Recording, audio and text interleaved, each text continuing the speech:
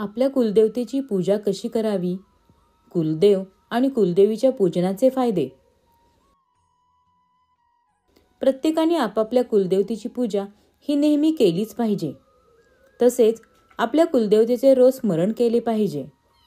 कुलदेवतेची पूजा केल्यास आपल्याला फायदे हे मिळतातच.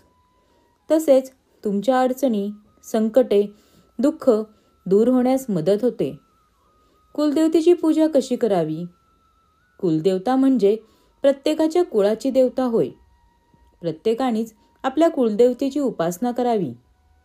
कुलदेवतेची उपासना केल्यास आध्यात्मिक शक्ती प्रसन्न होते. प्रत्येकाची कुलदेवता वेगवेगळी असते. ज्याची कुलदेवता स्त्री असते तेव्हा कुलदेवी असे म्हटले जाते आणि जेव्हा पुरुष हा कुलदेवता असतो तेव्हा कुलदेव असे म्हणतात. कुलदेवाची पूजा ही नेहमी करावी, कारण कुलदेवता हे आपले नेहमी रक्षण करत असते. आपल्या घरातलं सगळं व्यवस्थित असावं आणि आपल्या घरातली सगळे नेहमी आनंदी आणि सुखी असावे असे वाटत असेल तर आपल्या कुलदेवतेची नेहमी आराधना, स्मरण करावं. तसेच आपल्या घरातील मुलांचे शिक्षण, सतत आजारपण, दृष्टी असणे, अनेक प्रकारची संकटे येणे आणि मुलांची लग्न न होणे यासारख्या अडचणी जेव्हा निर्माण होतात तेव्हा यामागे आपला कुलाचार नीट न झाल्यामुळे या अडचणी निर्माण होतात. तसेच आपण आपला कुलधर्म हा नीट पाळला नसेल तर अशा प्रकारच्या अडचणी निर्माण होतात.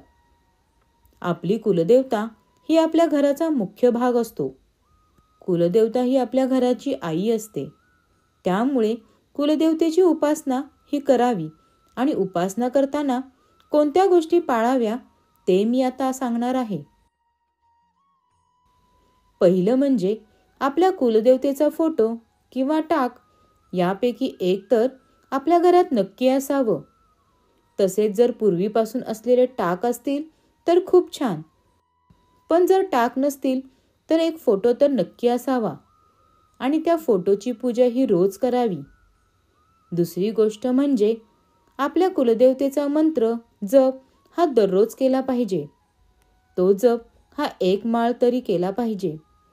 तसेच मित्रांनो, ज्यांना आपली कुलदेवता कोणती आहे हे जर तुम्हाला माहीतच नसेल तर तुम्ही श्री कुलदेवताय नमः असा जप हा नियमित करावा. तिसरी गोष्ट म्हणजे आपल्या कुलदेवतेचा जो वार आहे त्या दिवशी उपवास नक्की करावा. यामुळे खूप फायदा होतो. तसेच तुम्हाला जर तुमच्या कुलदेवतेचा वार कोणता आहे हे माहीत नसेल तर तुम्ही मंगळवार करावा. कारण आपल्याला सगळ्यांनाच माहिती आहे मंगळवार हा देवीचा वार आहे. शेवटची गोष्ट ही अशी आहे की वर्षातून एकदा तरी घरातील सगळ्यांनी मिळून आपल्या कुलदेवतेला नक्की जावे आणि कुलदेवीचे दर्शन घ्यावे आणि महिलांनी देवीची ओटी ही नक्की भरावी. तुम्ही वरती सांगितल्याप्रमाणे सगळ्या गोष्टी अगदी व्यवस्थित पाळल्या तर तुमच्यावर कुलदेवता ही प्रसन्न होते व आपल्याला व आपल्या घराला भरभरून आशीर्वाद देते. तर मित्रांनो, असेच नवनवीन व्हिडिओ पाहण्यासाठी चॅनलला लाईक करा, शेअर करा आणि सबस्क्राईब करायला विसरू नका. धन्यवाद.